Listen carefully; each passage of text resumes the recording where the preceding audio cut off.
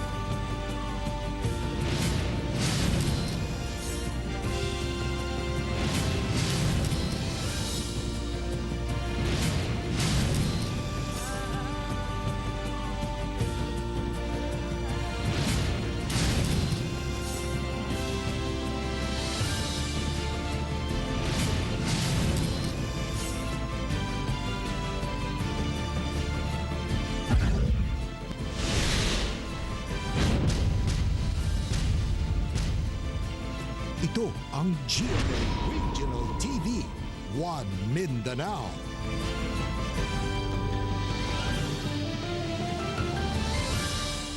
Mayang hapon Mindanao, kini ang GMA Regional TV 1 Mindanao. Atod namang pinakadagko ug pinakalahing balita sa Mindanao. Ako si Teco Campo. Sara Hilomen Velasco. Real Soroche, live gigan dinhi sa GMA Davao Complex. Tubig imninon ang posibleng hinungdan sa diarrhea outbreak sa usa ka barangay sa Santos, Davao Occidental. LGU nanawagan nga likayan mag-post og sayop nga impormasyon sa social media. Anang report. Adlang Sabado, gipang-rescue sa Municipal Disaster Risk Reduction Management Office ang mga pasyenteng nagkalibanga o diarrhea gikan sa barangay Butuan, Santos, Davao Occidental. Gidala gilayon sila sa Tomas Lachica District Hospital sa maong lungsod. Ang gitudlong hinungdan, hugaw nga tubig imnunon sa lugar. Sa gipagulang official statement sa Department of Health 11, ilang gikumpirma ang diarrhea outbreak sa lugar. Nagpadala dayon og tabang ang DOH-11 sama sa mga water containers, chlorine granules, tambal ug dextrose. Nakikoordina na usab ang Regional Epidemiology Surveillance Unit sa Municipal Health Office sa JAS alang sa paspas nga aksyon. Miabot sa 31 ka mga pasyente ang ginatambalan karon sa Tomas Lachica District Hospital. Usa ka senior citizen nga nag-edad og 62 ang namatay apan ginasuta pa kung may kalabutan kini sa diarrhea. Upat na usab ang na-discharge. Doon na pa'y 36 ka mga pasyente ang ginaatiman karon sa barangay level, pinagi sa paghatag og orisol og tambal sa kalibanga. Nanawagan usab si Mayor Joyce sa katawan nga dili unta magpasagad og post sa social media sa mga sayop nga impormasyon aron dili makamugna og panik sa katawhan. Ako si Teco Campo para sa One Mindanao. Southern Philippines Medical Center andam na sa pagpahigayon sa third phase sa clinical trial sa COVID-19 vaccine. Andam na ang pasilidad sa SPMC ngun man mga doktor ug nurse aron mo administer sa vaccine sa COVID-19. Kabahin kini sa third phase sa clinical trial nga ihatag sa mga frontliner nga moboluntaryong magpaturok. Wala pa kunoy kumpirmasyon gikan sa kaulahan kung kanusa himuon na vaccination o gidaghanon sa pwedeng pagatukuran sa pagaturukan sa vaccine. Wala usab masayo ng SPMC kung asa gikan nga pharmaceutical company ang vaccine. So sa phase 3 yung safety na ng vaccine ang ginabantayan, no. So far doon sa Pfizer na gi-release, gwapo man ang safety and efficacy ng vaccine. In fact, they are claiming na 95% efficacy. It means 95% chance nimo, no, na dili ka matakdan.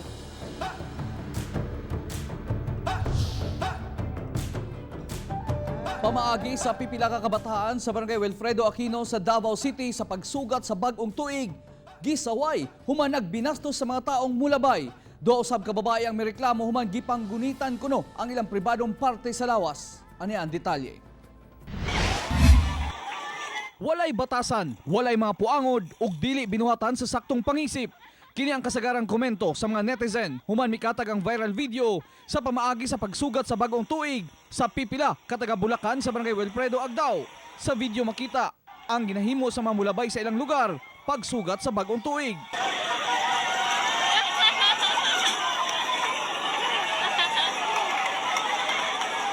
Swerte kung makalusot nga dili mabasa o masamdan tungod sa ipanglabay nilang butang ngadto sa mga motorista.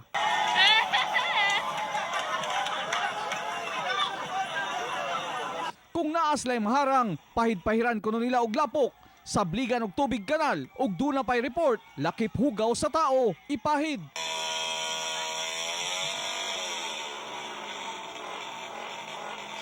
Duha usab ka babae ang mireklamo human gibasto sila pinaagi sa paggisi-gisi sa ilang mga sinina ug paggunit sa pribadong parte sa ilang lawas. Tulo ang nadakpan apan gibuhian human miatras nga mapasaka og kaso ang mga biktima. Pagkaugma human sa insidente, dunay gipusil sa lugar. Butang nga ginaimbestigahan sa otoridad kung may kalabutan ba kini sa maong mga reklamo. Transient man to katong biktima, apan atong ginasusin no ginapalaluman pa ang pag-imbestiga kung naaba na siya koneksyon sa mga niagi insidente atong New Year's Eve dito sa area. Nanawagan ang otoridad ngadto sa mga residente sa lugar nga isumbong gilayon kung dunay makitang dili maayong mga binuhatan, labi na ang mga batanon. Kauban si Matsurawing sa kamera, ako si Real Soroche para sa One Mindanao. Managlaing disgrasya sa kadalanan ang misugat sa bagong tuig sa tulo ka lungsod sa Zamboanga Peninsula. Ano ang report ni Argel Relator? Patay ang duha ka minor de edad, human nagsungag ang ilang gimanehong motorsiklo sa barangay Kalikan, lungsod sa Pinyan, Zamboanga del Norte, atol sa sugat sa bagong tuig. Mga biktima, gilang sila Jomlik Pakatang o Christian Harmin, puros 16 anyos. Sa report sa Pinyan Municipal Police Station, parehong nakainom ang duha o walay suga ang ilang mga motor, dihang nagbangga. Nadala pa sa ospital ang mga biktima, apan human ang duha ka oras, namatay si Harmin, samtang comatose si Pakatang. Apan ni adtong Sabado, namatay na sab kini. Angol sab ang uyab ni Harmin, kinsa angkas ni ini, dihang nahitabo ang disgrasya. Sa Dumalinaw, Zamboanga del Sur, samdan ang rider nga si Francis Torres, 22 anyos, diyang nagbangga kini sa kasugat nga motorsiklo. Gikan Pagadian City ang biktima ug pauli na unta sa Tigbaw. Apan pag-abot sa National Highway sa Barangay Paglaom, mi-overtake kini sa usa ka tricycle. Hinungdan nga mibangga kini sa laing motorsiklo. Nalagpot ang biktima kinsa nabalian sa iyang walang kamot. Samtang halos walay tatsa ang rider sa kasugat nga motor. Igo na lamang sa paghilak ang kaubanan sa simbahan. Diyang makita ang patayng lawas ni Fatima Sekretarya, 22 anyos. Si Fatima, usa sa tulo ka sakay sa motorsiklo, diyang naitabo ang aksidente sa highway sa barangay Dumalinaw, sa Midsalip, Zamboanga del Sur. Sa report sa kapulisan, gikan Pagadian City padulong unta si Fatima, og duha ka ubanang sila si Mario Quilla, 25 anyos, og Jessa Lariba, 21 anyos, sa usa ka church activity sa Midsalip. Apan kalit kunong nasarasay ang motor og nangalagpot ang mga biktima. Sanglit ngit-ngit ang maong dapit, wala dayon na rescue ang mga biktima. Sa Midsalip Infirmary Hospital na nakabsan siyang kinabuhi ang batanong biktima. Ako si Argel Relator para sa One Mindanao. Sa Villanueva, Misamis Oriental, patay ang usa ka lalaki human gidunggab tungod kuno sa selos. Atong sayron ang detalye niini sa live report ni Cyril Chavez. Cyril. Yes, Real, mismong adlaw sa bagong tuig namatay ang maong lalaki human nga giluba sa iyahang karibal sa gugma. Tadtad sa samad dinunggaban ug naligo na sa iyahang kaugalingong dugo ang biktimang si Raykin Galyarita, 43 anyos, residente sa Alubihid, Misamis Oriental. Human nga giluba siya sa iyang karibal sa gugma nga si Adonis Hamero, 55 anyos, taga Consolacion Village, Cagayan de Oro City. Nahitabo ang krimen sa Zone 4 Barangay Katipunan sa Villanueva, Misamis Oriental sa balay sa karelasyon sa duha nga si Sofia Pabayo, 45 anyos, bandang alas 9 sa gabi sa mismong unang adlaw sa tuig 2021. Sigon sa investigasyon sa otoridad, kaning magkapuyo ang sospek og si Pabayo nga kasamtangang karelasyon sab sa biktima. Mibahad na kunodaan ang sospek nga patyon si Pabayo ug ang biktima kung mag-abot sila. Sa investigasyon, miagi kuno ang sospek sa bintana sa balay ni Pabayo. Nagkarambola pa sila sa biktima hangtod na dunggaban niya ang biktima sa makadaghang higayon. Niagi pa to og negotiation kay nilip man mo surrender pa ang tao. Hantod nga nakapakalma. Nagpasalamat yapon kung nagpa-implement yapon atong kapulisan sa maximum tolerance. So gihangyo ra ginato ang katong suspect hantod nga nikalma siya. Samad sa tiyan, liog ug mga kamot ang nahiaguman sa biktima. Nagkasamad sab sa ulo ang suspect diyang misukol kaniya ang biktima. Na-recover sab sa crime scene ang anaa sa 8 inches nga kutsilyo nga gigamit sa suspect. Gisulayan sa GMA Regional TV 1 Mindanao ug kuha ang pahayag sa suspect apan mibalibad kini nga moatubang sa kamera. Target niya itong babae, ang babae gud kay naa sila former na relasyon adto.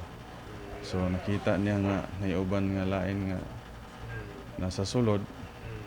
Posible nga tungod sa kasuko na hinaykan ang biktima. Real kasong murder ang gipasaka sa otoridad batok sa suspect ilabi pa nga na-establish nila nga aduna kini intent to kill sa biktima. Sanglit aduna na kini mga bahad nga gibuy-an ngadto sa biktima una pa man hitabo ang insidente. Real. Okay, daghang salamat Cyril Chavez.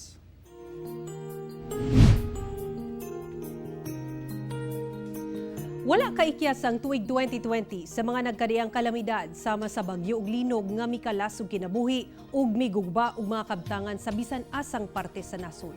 Ato kining balikan pinaagi sa year-end report ni Cyril Chavez.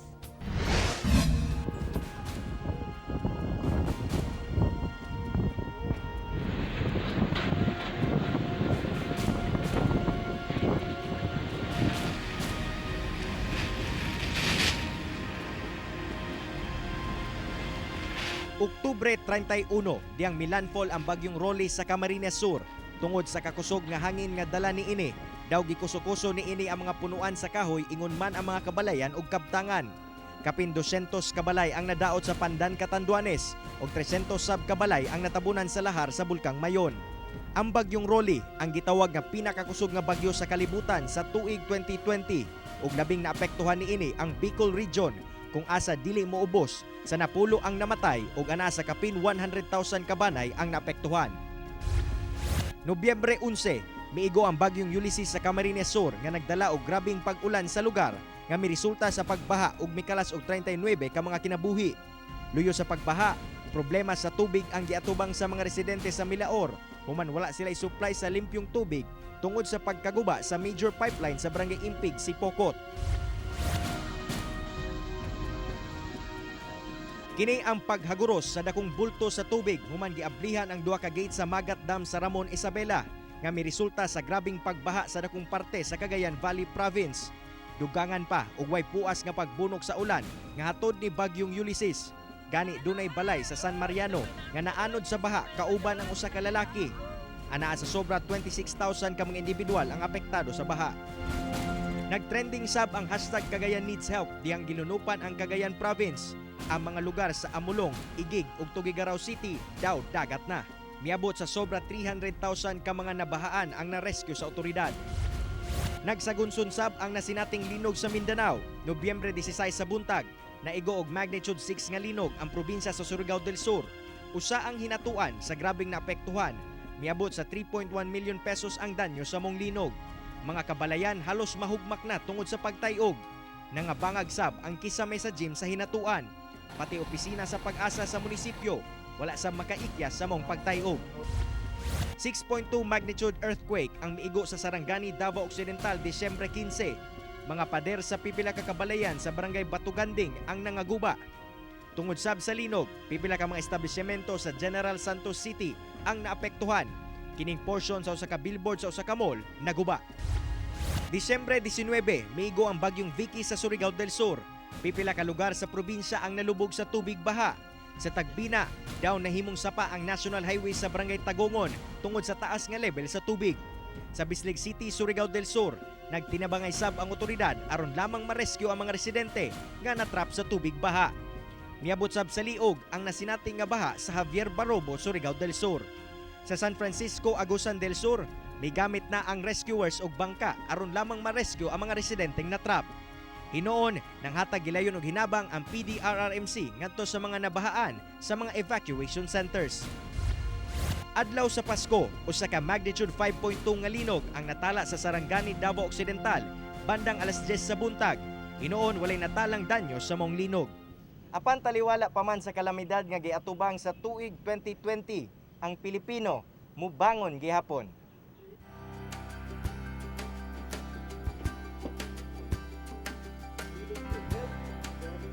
Mga relief food packs, higdaanan, face mask ug uban pang mga importanteng butang ang pipila lamang sa mga gipangdonar sa mga LGU sa Northern Mindanao ug Caraga Region ngadto sa mga naigo sa bagyo.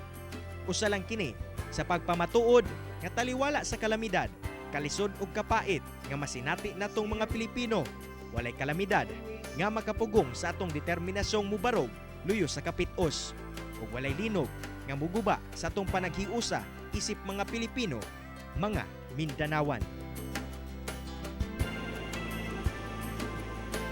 Ako, si Cyril Chavez para sa One Mindanao Year-End Report.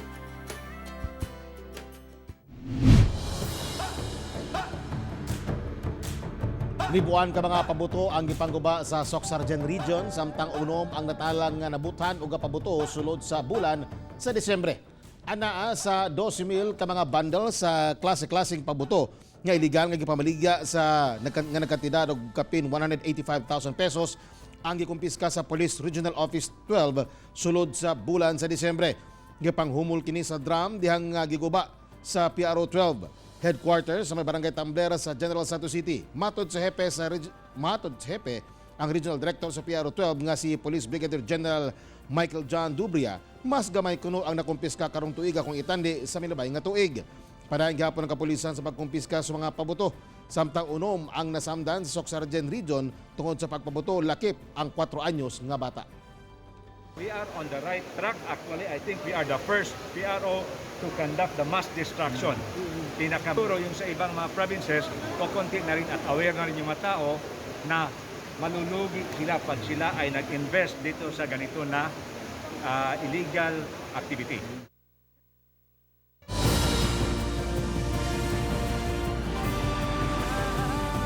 Ito ang GMA Regional TV, One Mindanao.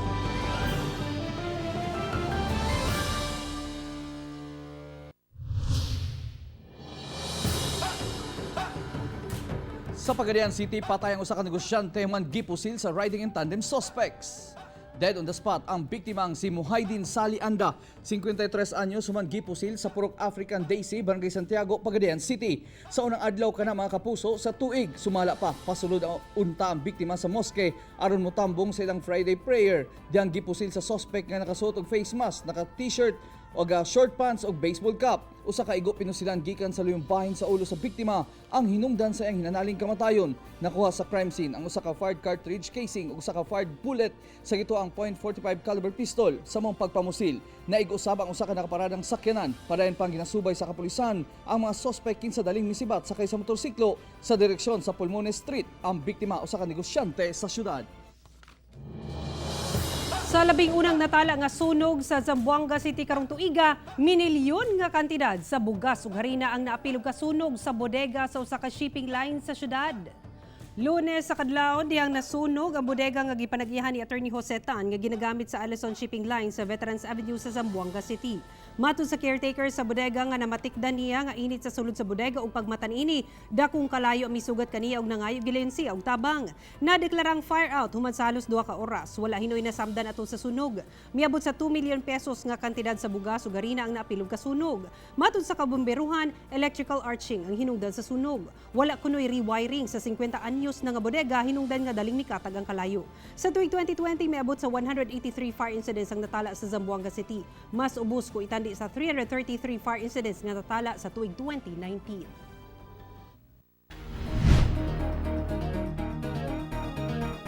Resumption sa turismo sa Samal Island nasibog na usab tungod nagpabiling taas ang kaso sa COVID-19.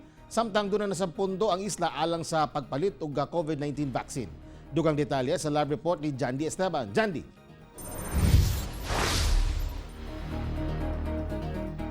Suspendido ang operasyon sa turismo sa Samal Island hangtod January 15. Samtang 5 million pesos nga budget ang giandam sa LGU alang sa pagpalit og bakuna batok COVID-19. Karong adlawa January 4, ablihan na unta ang leisure ug turismo sa Samal Island. Apan tungod daghan gihapon ang kaso sa COVID-19, gi-extend ang suspensyon hangtod January 15. Gipailawon pa sab sa General Community Quarantine ang Samal. Busa gibawal pa sab ang tourism activities hangtod January 31. Bisan pa man niini, buot mo apila si Mayor Al David Uy sa IATF nga mabalik na ang turismo sa isla una mahuman ang bulan sa Enero. Turismo man yun ang industry sa Samal.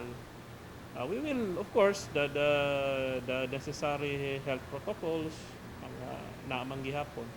So we will appeal our case. Tungod sa epekto sa pandemya sa ekonomiya sa isla, wala nakabuot ang 150 million pesos ka target local income. Unta no, dili maapektuhan ang IRA. Kay we are expecting that ang local income yun this year 2021 muus-us pag yun. Kay gamay na lang man ang income nila last year. Diha man na mag-base for this year. So, more of the same amount siguro or more pa ang mawala. Karong tuiga, misaka ang kaso sa Samal. Pagtungtong sa 2021, anaalang sa upat ang kaso apan sa paglabay sa adlaw kalit kining misaka sa Siyam. Gilauman sab sa LGU nga mas musaka pa ang cases tungod sa panagtapok ni atong holiday season. Hinoon, nagdugang naman kuno sila og isolation facilities. Giandam na sab nila ang 5 million pesos nga budget alang sa pagpalit og bakuna batok COVID-19 ug laumang magdugang og 10 million pesos sunod semana. Ang importante ang kwarta na ana. So it's the supply. Kay kabalo man ta na daghan ang nag-ilog ron. So hopefully maka-procure ta, then katong mga vulnerable members of society mo to'y unahon na to i-priority, pati ang mga medical frontliners na to. Tech first quarter or second quarter this year, lauman nga mapalit na ang maong mga bakuna. Tech. Okay, daghang salamat, John D. Esteban. Dapat 85.1 million katao na ang nataptan og COVID-19 sa tibuok kalibutan. Sobra 478,000 na ang nagkasakit sa Pilipinas ug kapin 37,800 niini taga Mindanao. Kapin 85,136,000 katao na ang dunay COVID-19 sa tibuok kalibutan. Ana sab sa sobra 47,868,000 ang recoveries ug kapin 1,843,000 ang namatay. Samtang 959 ka bagong kaso sa COVID-19 ang natala sa Pilipinas. Busa ana sa 478,761 ang kinatibukang ihap. Ana sab sa 21,219 ang active cases. Human natala ang 448,279 ang nakarecover ug 9,263 ang namatay. Og sa Mindanao, 37,835 na ang nagkasakit og COVID-19, 3,231 ang active cases, human 33,150 ang naayo na ug 1,454 ang namatay. Duha ka baby sa Davao Region ang nagpositibo sa COVID-19 sa pagtapos sa 2020. Hinunlaing duha sab ka babies ang nakarecover sa adlaw sa bagong tuig. Ani ang COVID-19 update sa Mindanao, pinaagi nining report. Usa ka 1-month-old baby boy nga taga Carmen sa Davao del Norte ang nagpositibo sa COVID-19 sa pagtapos sa 2020. Hinuno sa ka 9-month-old baby girl nga taga Salvacion sa Panabo City ang nakarecover adlaw sa bagong tuig. Samtang nanguna ang Davao del Norte sa dunay pinakadaghan og bagong COVID-19 cases sa nasod niadtong Sabado nga anaa sa 65. Miabot na sa 1,615 ang total COVID-19 cases sa Davao del Norte. 326 ang active cases, human 1,241 ang nakarecover ug 48 ang namatay. Sa Davao City, usa ka 9-month-old baby boy nga taga-Tugbok ang nagpositibo sa COVID-19 una mahuman ang 2020. Hinuno sa ka 7-month-old baby boy nga taga-Barangay 39D ang nakarecover sa COVID-19 sa adlaw sa bagong tuig. Samtang nanguna ang Davao City sa dunay pinakadaghang new COVID-19 cases ni atong January 1 nga anaa sa 100. Samtang ikaduha ni atong Sabado nga anaa sa 60 ug nanguna pagbalik kagahapon nga anaa sa 65. Misa ka na sa 8,951 ang confirmed COVID-19 cases sa Davao City. 1,073 ang active cases, human natala ang 7,466 recoveries ug 412 ang namatay. Sa Cagayan de Oro City, duha ka persons deprived of liberty o PDL ang nalakip sa mga bagong kaso sa COVID-19. Nagpositibo sab ang duha ka bata, 5 anyos ug 2 anyos nga mga lalaking natakdan sa ilang mga ginikanan nga nagpositibo na daan sa COVID-19.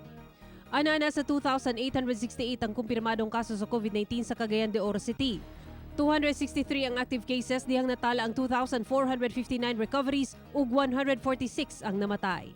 Ako si Sara Hilomen Velasco para sa One Mindanao. Gikumpirma ni Davao City Mayor Inday Sara Duterte nga dunay pasahero nga dunay travel history sa Japan ang miabot sa Davao International Airport. Usa ang Japan sa mga nasod nga dunay travel ban tungod sa pagtala nini sa bagong strain sa coronavirus. Sa interview sa mayor sa Davao City Disaster Radio, gikumpirma niini nga miabot ang pasahero sa Davao City. Wala pa masahero ang eksaktong petsa sa pag-abot niini, apan sigon sa mayor posibleng miabot kuno kini atong December 31 o January 1. Ginasayad pa kung anong nakalusot kuno kini sa Manila padulong Davao. Hinoon dali kining naharang sa airport o gidala gilayon sa quarantine facility sa syudad. 20 ka mga nasod ang adunay travel ban kutob January 15. Lakip ang Japan tungod sa pagkailap sa bagong strain sa coronavirus. Samtang gipaklaro sa mayor nga magpabilin ang health protocols batok COVID-19. Gani kinahanglan gayud ang pagtuman sa tanan ini kay susama ra gyapon ang ipatuman nga health protocols bisan unsa man ang strain o variant sa virus. Kung wala pa na siya diri sa ato karon, it will really come because wala man tayo ka ng dili man tayo test kung unsa na klase na variant ang nagasulod ng COVID-19. Ang dapat i-emphasize sa mga tao is ang pagpakusog sa ilahang compliance sa health protocols. Karong adlaw nagsugod na ang renewal sa business permit sa Davao City. Busa mipagawas ang lokal nga panggamanan ug giya sa proseso niini. Sayron ta sa report ni Sheila Vergara Rubio. Sugod Enero 4, Lunes hangtod Sabado ug sa Enero 31, Domingo, mamahimong makaproseso ang mga Davaoenyo sa pag-renew og business permit. Magsugod kini gikan sa alas 8 sa buntag kutob alas 5 sa hapon. Mamahimong mag-renew og mayor's permit sa mga musunod nga lugar: SP Building, DCRC o Almendres Gym alang sa Matagatalomo ug Agdao Districts, Barangay Bunawan Gym alang sa Bunawan ug Pakibato Districts, Barangay Buhangin Gym alang sa taga Buhangin District, Turil District Treasury Office alang sa Turil District, Tugbok District Treasury Office alang sa taga Tugbok District, Kalinan Gymnasium alang sa taga Kalinan, Baguio ug Marilog Districts. Pahimangno lang, dili mamahimo makatransact sa mga processing location nga dili sakop sa nimutangan sa imong negosyo. Ang mga rekisitos nga gikinahanglan mao ang notarized list of employees, fire safety inspection certificate, other permits, clearances and accreditation, SPA for Single Proprietorship Board, Partnership Resolution, Secretary Certificate for other type of organization, basis for computing taxes, fees, and charges asama sa income tax return o quarterly returns.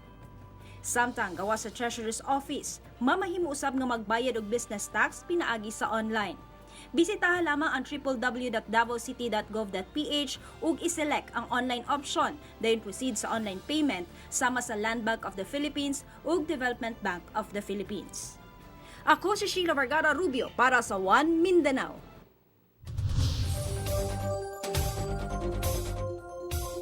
Pipila ka lugar sa Mindanao ang ulanon tungod sa epekto sa easterlies.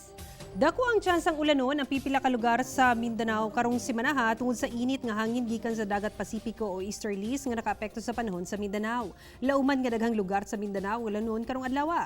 Base sab sa weather outlook sa Pag-asa, halos kada adlaw ulanon ang dakong bahin sa isla sa Mindanao. Busag gitambagan ng tanan nga kanunay magdala og panagang sa ulan. Karong adlaw ang mga rehiyon sa Northern Mindanao, Caraga, Davao ug Socsargen makasinati sa mapanganuron nga kalangitan inubanan sa scattered or katag-katag na mga pagbundak sa ulan, kilat ug pagpanalugdog tungod sa easterlies.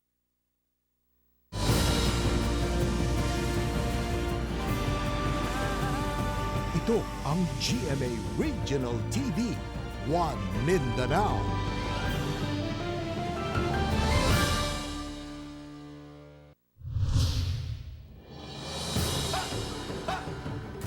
Lalaki patay human maligsan og motorsiklo atol sa kasaulugan sa bagong tuig. Ang nakaligis, patay usab. Ania report.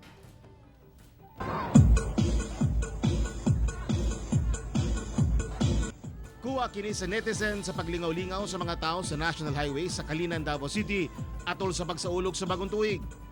Apan ang kalingawan, nahimong kalisang diyang usa sa mga nagsayosayog budot sa tunga sa kalsada, naligsan sa naghaguros ng motorsiklo.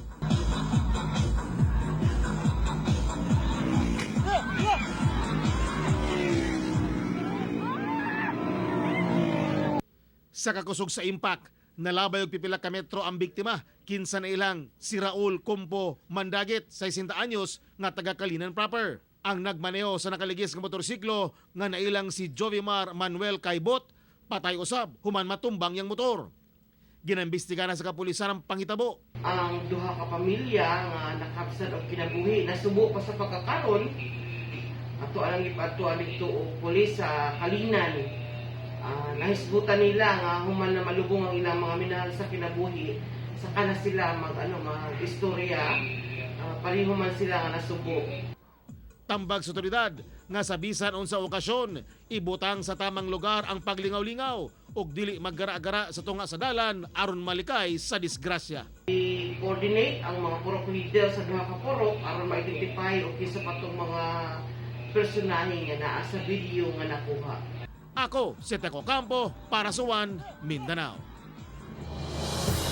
Usa ka 3 anyos nga batang babae ang girescue sa kapulisan gikan sa iyang amahan human nga gisulod kini og sako tungod lamang sa paggunting niini sa bonsai. Dugang detalye sa report ni Cyril Chavez. Dali nga girespondihan sa kapulisan ang sumbong sa mga residente nga matud pa hostage taking sulod sa usa ka panimalay sa Habitat Block 0 sa Barangay Indahag, Cagayan de Oro City, Sabado sa gabi. Og ilang gidakop si Golven Flor Halagat, 27 anyos, human nga gisulod niini sa sako ang iyahang 3 anyos nga babaeng anak.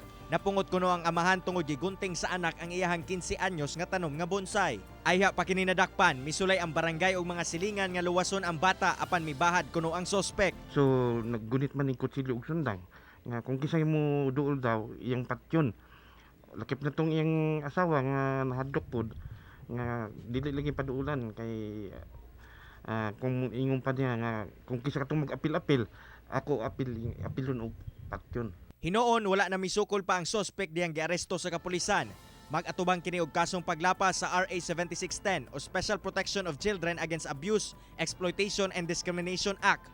Gipailawom sab kini sa drug test. Samtang ang bata gipailawom na sa psychological treatment aron masigurong wala kini matroma sa panghitabo.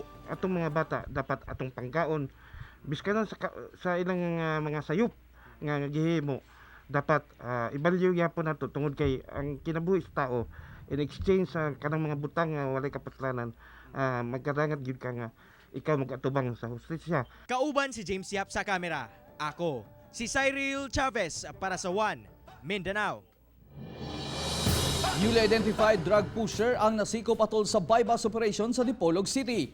Arestado sa mga operatiba sa Dipolog City Police Station si Rodel Dangase, 34 anyos, taga-barangay Sinaman, atol sa gikasang bypass operation sa milabayng adlaw. Nakuha sa posisyon sa suspect ang 7 ka pakete sa pinagagdaon sa marijuana nga nagkantidad og 7,000 pesos. Nakuha sab gikan sa suspect ang pipila ka mga drug paraphernalia. Nadiskubre sa otoridad ang iligan nga binuhatan ini sa tabang sa mga residente sa lugar. Ang suspect gikonsidera sa kapulisan nga newly identified drug pusher. Happy New Year! Happy viewing kay Sir Nilo Nogra and family, Sir Renante Manreal and family, Sir JP Lagnayo and family, Sir Daniel Remolado and family, Sir Paulo Biendo and family. Nag-birthday usab atong kapuso, yung pinakauna nga birthday. First birthday si Zar Maximus, gikan siyang papa nga si Bryce. Happy birthday! Happy birthday! Okay, nagtanaw usab karon si Susan Quintanar. Ayan, so Happy New Year usab. Happy New Year sa tanan! Mga kapuso, way puwas ang among paghatod og balita. Bisitahin www.gmaregionaltv.com ug mag-subscribe sa official YouTube channel sa GMA Regional TV. Busa mga kapuso, ayaw paulahi sa mga dagkong balita sa nagadayang rehiyon sa nasod, subscribe na. Ug mo katong ulahing balita sa Mindanao karong adlaw. Ako si Rian Soroche. Daghang salamat sa inyong kanunay nga pagwan kanamo matag adlaw. Ako si Sara Hilomen Velasco. Tungod mga balita sa atong palibot, importante alang kanamo. Kini ang GMA Regional TV 1 Mindanao. Tek Ocampo, buong puso para sa Pilipino.